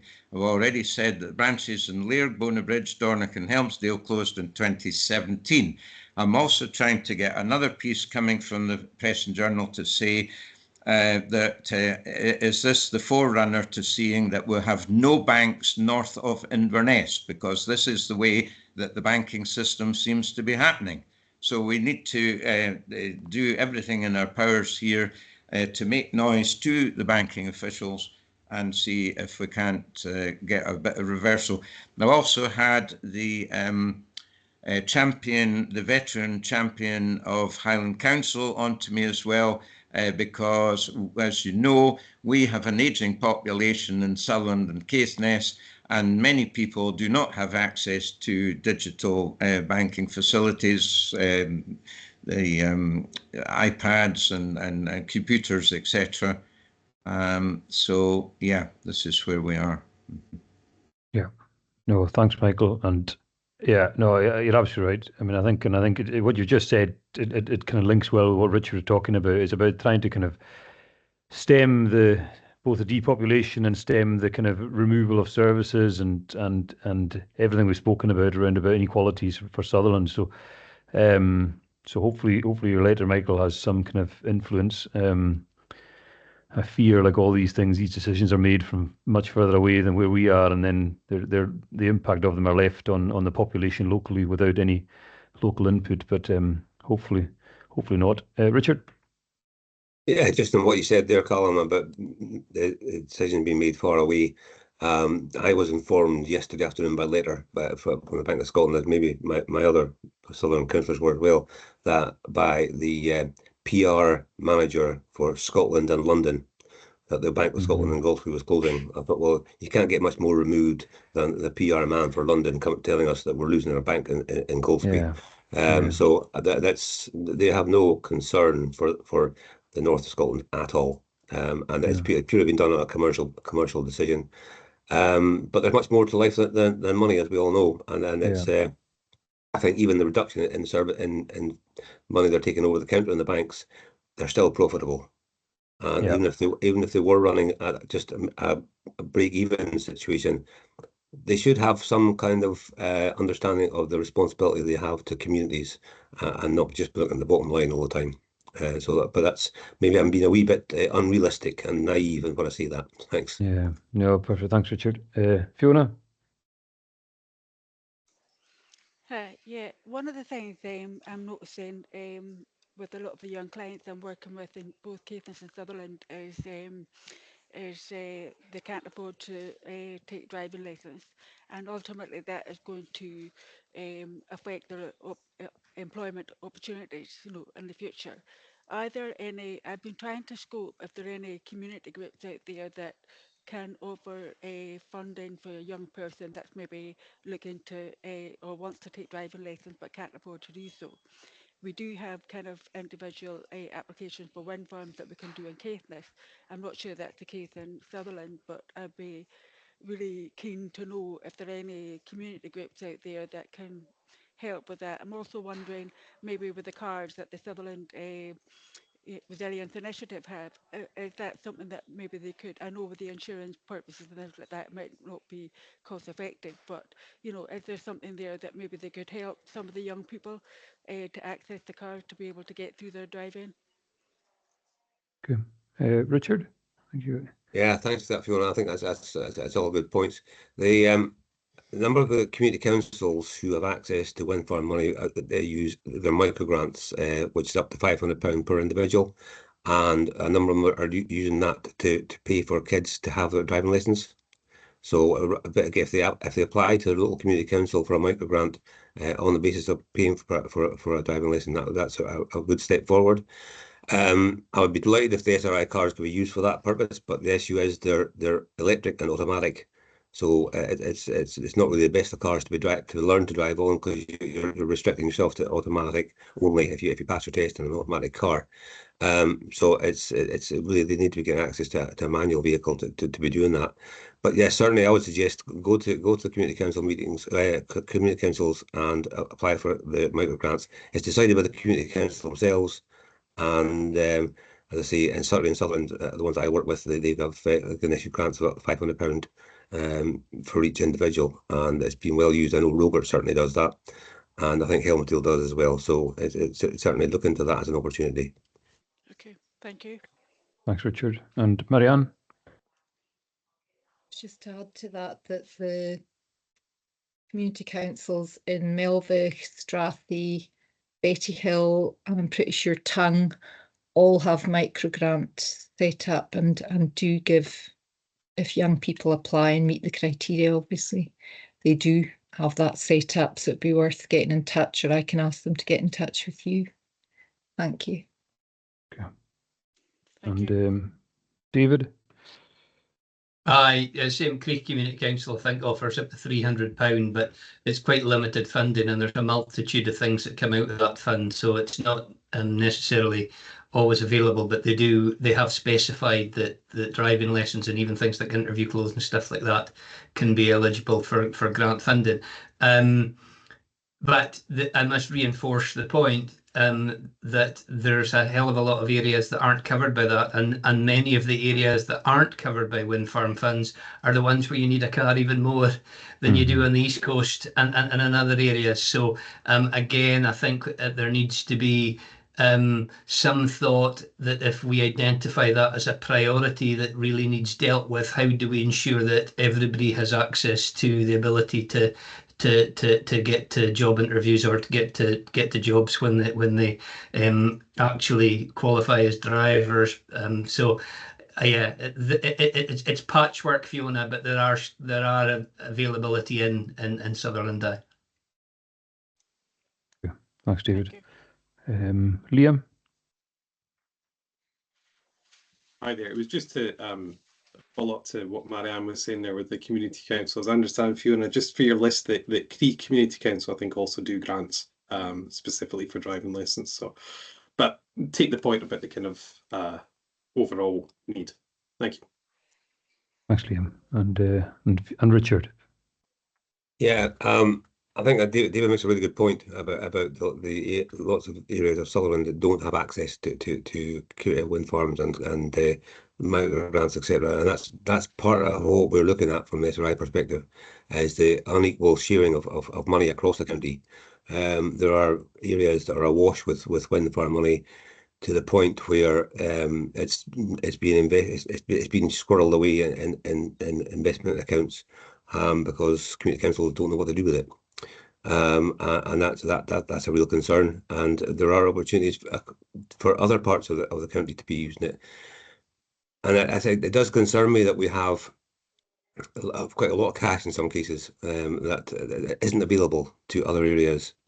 And I think if we had a common Sutherland area fund that helped to support areas that don't have access to wind farms, I think that'd be really good. I mean, Council's talking a lot at the moment about community wealth building. This, to me, is exactly what community wealth building is all about. And the community, to me, is the wider Sutherland community. It's not just about Golspie, it's not just about Brora, it's not just about Betty Hill, it's about Sutherland as a whole. And I think I can speak for all my council colleagues for Sutherland. We do look at Sutherland from a holistic perspective, and that's what drives forward with the SRI. That's our goal, is to provide an equal society across Sutherland with as many opportunities as we possibly can. I'm not quite sure how we do that, how we talk community councils into sharing their wealth. I'm not quite sure how we do that. I'd love to have that conversation with them, though. Yeah. Oh, Sadly, thanks, Richard. I was at one community council meeting the other day there, and when I was talking about Sutherland, they said, "We're not interested in Sutherland, we're only interested in our area." I thought, well, that's really good news. Thanks very much for that. Yeah. Yeah. Marianne? I was just wondering if even if the SRI cars aren't suitable for driving lessons, they could be used to get people to their driving lessons. Because as David says, lots of places that are the most remote are the most in need of support with this sort of thing. And even if the lessons, even if they could pay for the lessons themselves, they can't get there. Yeah, and also getting access to employment. If you got a young chap or a girl that's got an apprenticeship somewhere and they can't get to it, then yes, the cars should be available for that as well. So it's not just a case of we start off with health clinics. It should be a wider access to services that we should be looking at.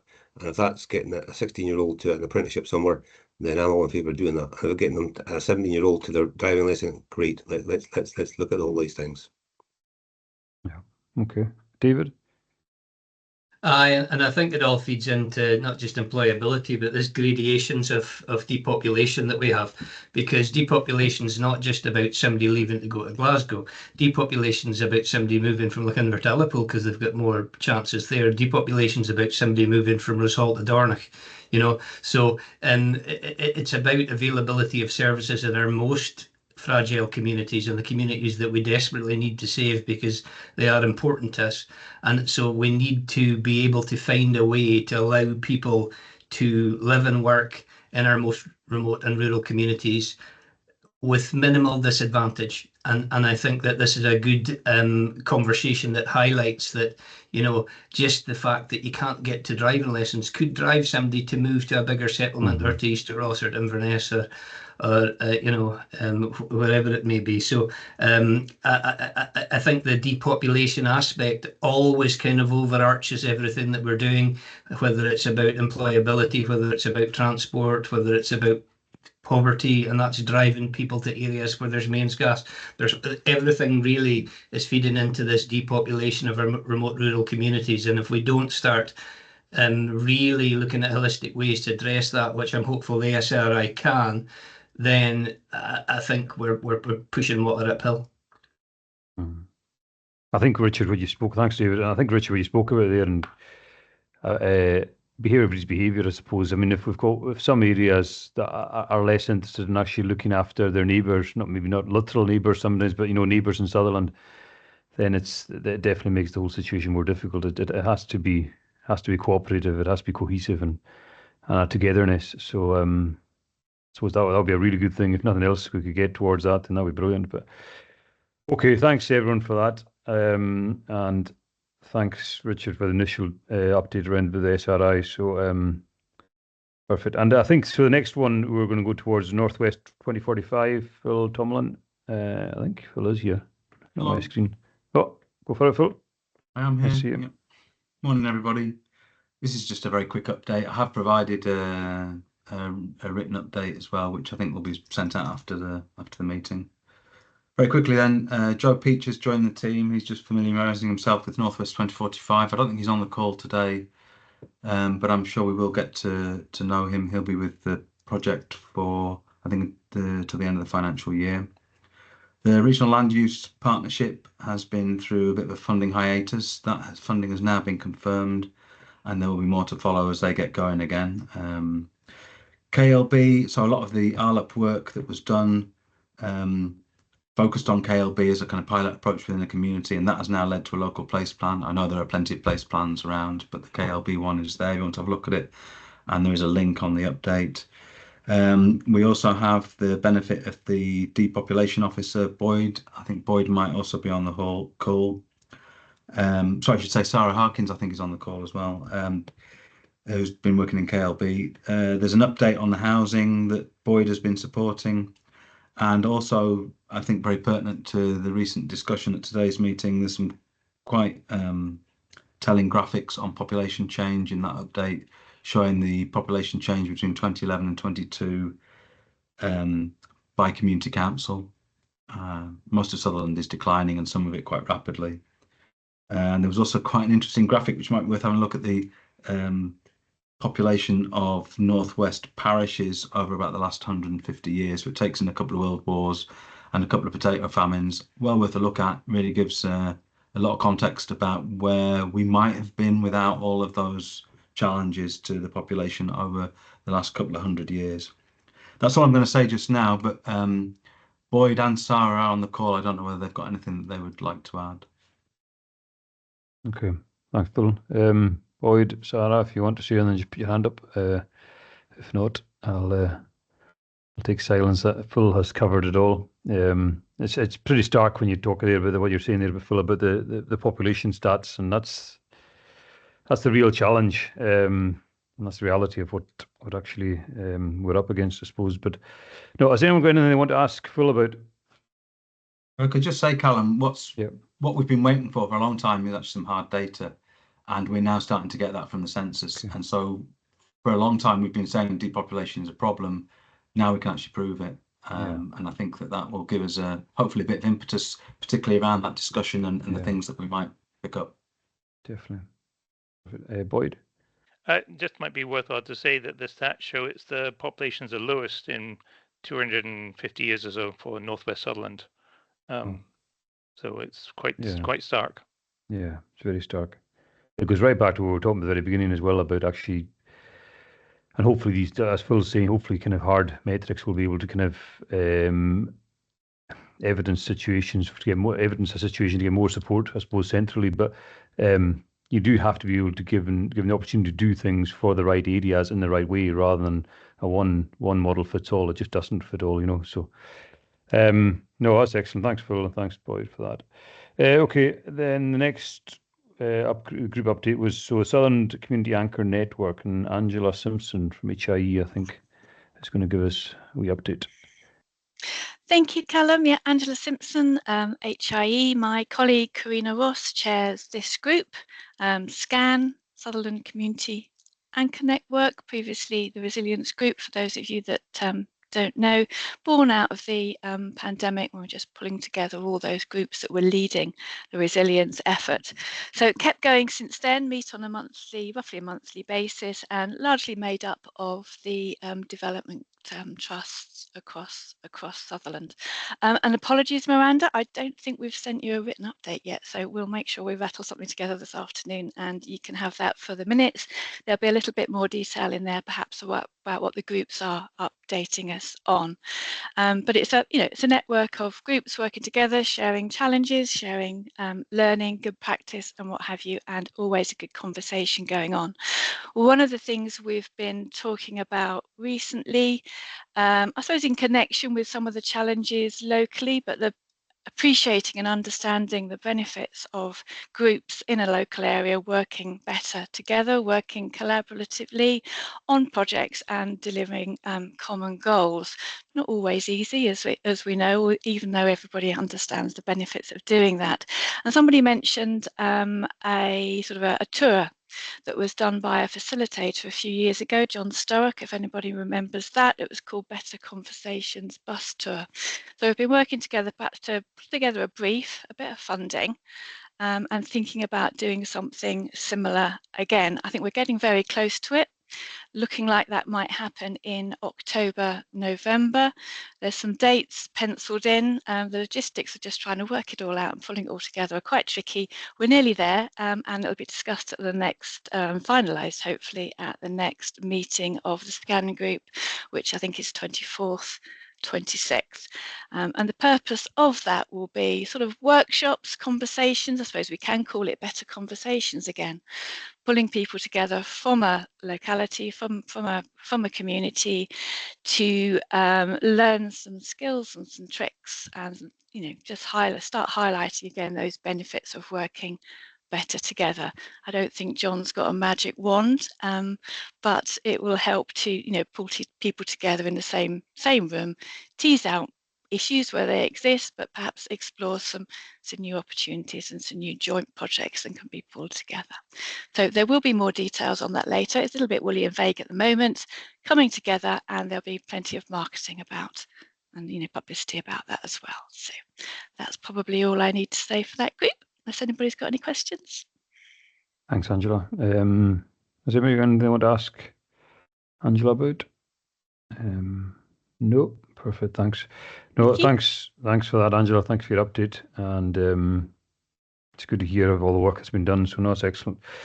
Okay, the next and then the last group that we're going to update was from David Watson, Sutherland Community Partnership Support Team. David. Hi, for anybody that doesn't know, Sutherland Development Trust has been getting funding, or been applying for funding to host support staff for the Sutherland Community Partnership for a number of years now, and we continue with that. So just a quick update. We've heard Miranda being mentioned quite a lot today, but she's never actually been formally introduced. It's not Miranda from the telly. It's Miranda Jones from Lerg, who started work replacing Fiona, who's also still contributing to the SCP, which is fantastic. And Miranda's got some really good skills and will be a real value to the team, particularly in our social media expertise. And she used to be a councillor and a town mayor, so she'll not take any nonsense either. So that's quite handy. But Miranda's key role is at the moment is to try and increase engagement and looking at a comms and engagement strategy. And the one request she's made to me is to say to anybody on this call, can you please like the Sutherland Community Partnership page on Facebook, because we do a lot of the correspondence through that.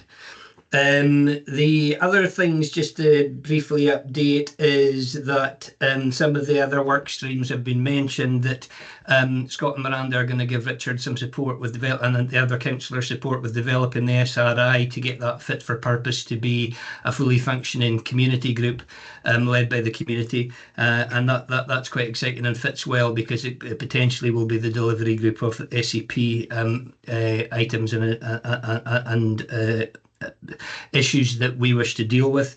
One other piece of work that they're going to be heavily involved in is the Sutherland Area Plan, which is is a place plan, but it's slightly different from the locality place plans, or not locality place plans, I shouldn't say that, but the local place plans, in that it's more a strategic overview, more like Northwest 2045 than a spatial place plan. But that again will help, I think, with SCP and SRI. Speaking of place plans, the deadline for getting in and spatial place plans to fit in with the council for getting access to the next local development plan is rapidly approaching us. It would be challenging to start a new place plan just now, but if there is any communities that need a little bit of help or a little bit of expertise, please get in touch with either Scott or Miranda and they can help with that. And the last thing I want to say is something that I've said.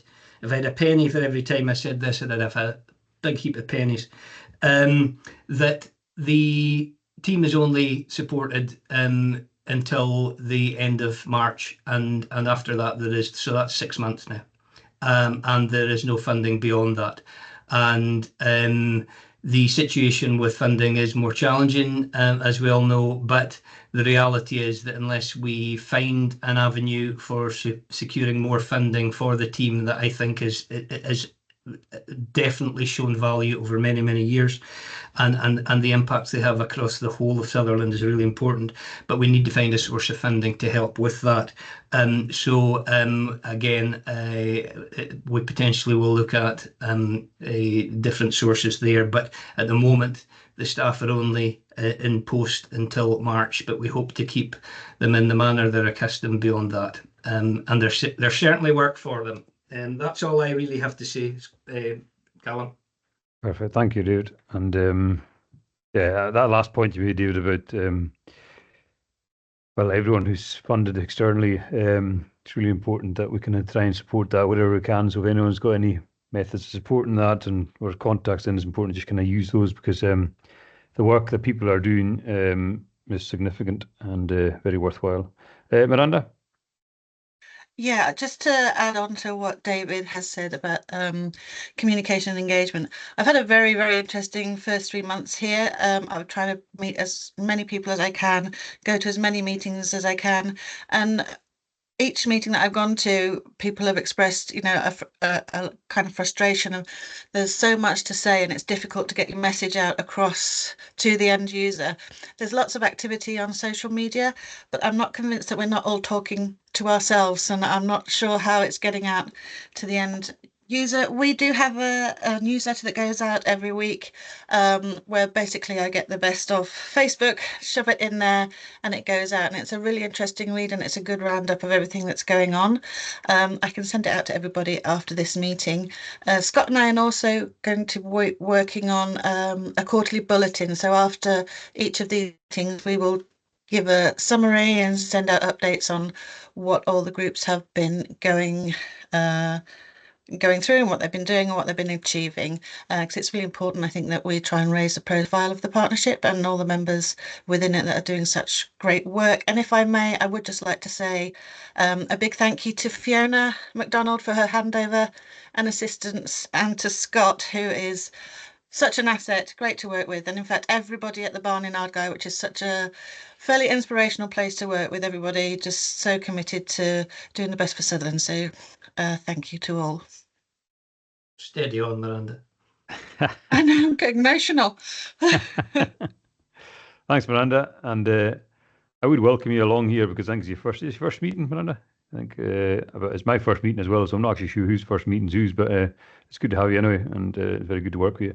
And I'll need to actually find out what town you're a mayor of and see how it's performing. Like, so thanks, Miranda. But I think I see the point that you're making there about communication is actually really, it's probably one of the things I'm going to take away from this meeting, if I'm being honest.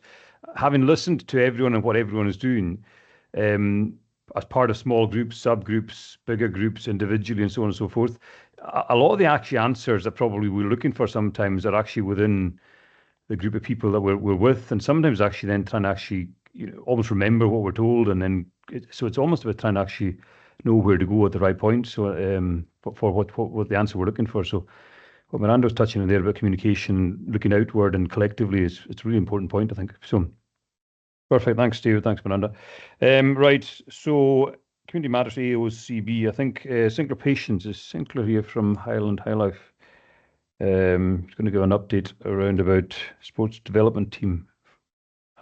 Sinclair, I don't know if Sinclair is here or not. No, I don't. I can only see part of the screen, but I'll take that as a note. He is here, Colin. Okay. But not hearing him at the moment. He is off mute, I think. Yeah, have you got me now? Oh, there you go. Perfect. Go for it, Sinclair.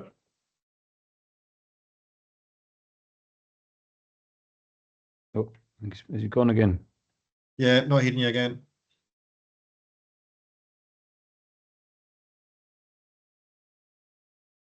Have you got me now? There you go.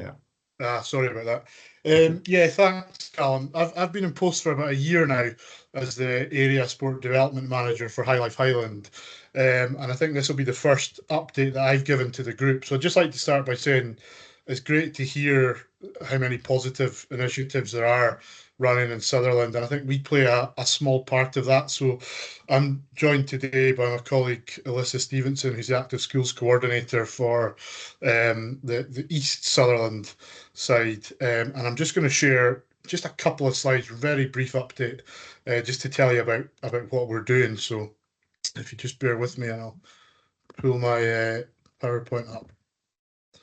Let me know if you can see that now. Yep. Yeah, that's perfect. So as a whole, as Highlife, we're just one strand. There's lots of great work going on within other services in Highlife as well. But as a whole, we're looking to make life better. And as a sport development team, we're aiming to do that through sport and physical activity. So we're really fortunate in the Highlands that we've got an active schools coordinator aligned to every school cluster. So every secondary school and then feeder primaries have an active schools coordinator. And in terms of what success looks like for us, we're essentially just trying to get young people more active more often. We kind of do that by working on 4 strands. So the first strand is being as inclusive as we can. So equality, diversity, and inclusion is really important to us. We predominantly deliver extracurricular activity, which is before school, lunchtime, and after school. But we also have recently run some really successful schools out programs, which run during holiday periods as well. Community and collaboration, which essentially is what we're doing right now, is also really important to us. So we try our best to work with community groups. We've done a lot of work, as Lindsay mentioned, with Planet Youth. I think we're in a really fortunate position there in that everything that we deliver essentially is a protective factor for young people. So the more that we can get them engaged in sport and physical activity, then the better off we are. And we're quite fortunate in that with the size of our network, we've got a really wide outreach, both within Sutherland and throughout the Highlands. Partnerships and transition is the third strand. So as well as working within the school environment, we look to link with local clubs in the community as well. We can support clubs with things like governance, get them off the ground, and then we can also support them with coach CPD and things like that. And then the final strand that we work towards is progression. So although we're inclusive and we're offering activity for all, where possible, we also look to provide a pathway for young aspiring athletes. And a good example of that is the current Athlete Travel Award Scheme. So any young athlete up to 25, I believe, within the Highlands can apply towards that fund, which will offer them some financial support for things like travel or training facilities. So those are the kind of 4 strands we try and operate within. In terms of what our team looks like, we're quite spread throughout Sutherland. So at the moment, we've got 3 active schools coordinators. So Alyssa covers East Sutherland, and she's full-time at the moment. That pulls in Golspie and Dornoch secondary schools, and as I mentioned, all the feeder primaries. We've then got 2 part-time active schools coordinators as well. So Stephen Hughes is up at the Far cluster, and then Ros Summers has recently come on board for Kinloch Bervie. We've got a vacant post at the moment, which is our North Community Sport Hub officer. It was Katie Matthews, who a lot of you might have met previously. That's looking to go to advert within the next week. So hopefully we'll have somebody full-time in that role within the next month or 2. And then finally, we've got 2 disability inclusion officers, Charlie Forbes and Fiona Green. And again, they're really focusing on that EDI strand and making our activities inclusive as possible. Again, I'm conscious that's a very quick update, and more than happy to pick up with people individually to share a bit more about what we do. But yeah, I'll leave it there for now.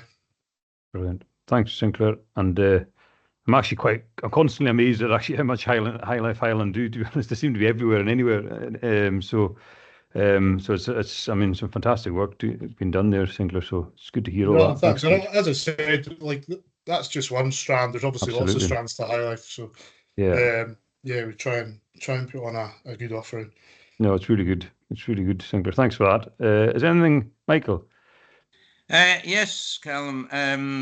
Of course, Sinclair will know me well from the Royal Scottish Highland Games Association, and so anything he's doing that promotes the various 11 games that we've got in Highland is really, really good. Yeah. So thanks for that. Last time I saw you, you were sat in the Royal Box, Michael. So. Yes, well, not next door to the Royal Box, and that was because the Press and Journal had discovered Stephen Fry and Dame Judy Dench were sitting 2 rows in front of me. There you go. That's there you go. No, thanks, Michael. That's very good. Thanks for that. Okay, thanks, Sinclair. Has anybody got anything they want to ask Sinclair before? Just go into AOCB. No, okay, perfect. Thanks very much. And so I suppose the last point on the agenda is any other competent business. Is there anything that anybody wants to bring up that's competent? I don't know how you quite define competent, but anyway, no, I take a note. I think that probably just finishes in our meeting then, and just Fiona has a hand up. Yeah. It was just a quick note while it was in my head that at the full SCP meeting, we're supposed to have an update from the Highland Community Planning Partnership meetings. And it's something that had kind of fallen away, but something that needs to go back on the agenda for the future while I was remembering. Perfect. Thanks, Fiona. We'll take that away. I think there was Scott. Yeah, we've had recent meetings with Gail Prince's team, so that is going to be included. And Jamie Kellis is new to ourselves, but he's actually on the call today. Brilliant. Okay, thanks, Scott. Thanks, Fiona. And yeah, we'll get that addressed for the next meeting. And I was just going to say that the next meeting is due to be the 6th of December. So I'm actually looking at the window in Dingwall here where I'm sitting, and it's actually nice and sunny. And by that point, we'll be thinking of Santa Claus and freezing. So there's a thought. But anyways, let me finish on one final thought, I suppose, and I see that it's quite often. It's really important to say this, that we don't know the difference that we make in everything that people have spoken about in the last 2 hours. We don't realise the difference we make. The people that actually we help, they don't necessarily come back and say thank you to us. And it's not because they're not thankful, it's just because sometimes actually they don't physically know who it is that's helped them. And often they might actually be so caught up in the issues that they have that actually that bit of help might just get them through the day, but they've got another day tomorrow that they actually have to try and get through. So it's really important that people don't lose sight of that, because in everything we have spoken about and heard about in the last 2 hours, it 100% makes a massive difference. So as you go forward into the weekend, remember that, take that forward, and then start again next week, because somebody somewhere is benefiting from all the good work that you're all collectively doing. So thank you for everyone, and hope you all have a very good weekend. And I've enjoyed the meeting, and I'm very much better for it, and I know a lot more for it. So thank you, and I hope you all have a good rest of Friday. Okay. Thank you. Cheers. Thank you. Cheers. Thank you. Thank you. Bye bye. Thank you. Goodbye. Thank you. Thanks Bye. all.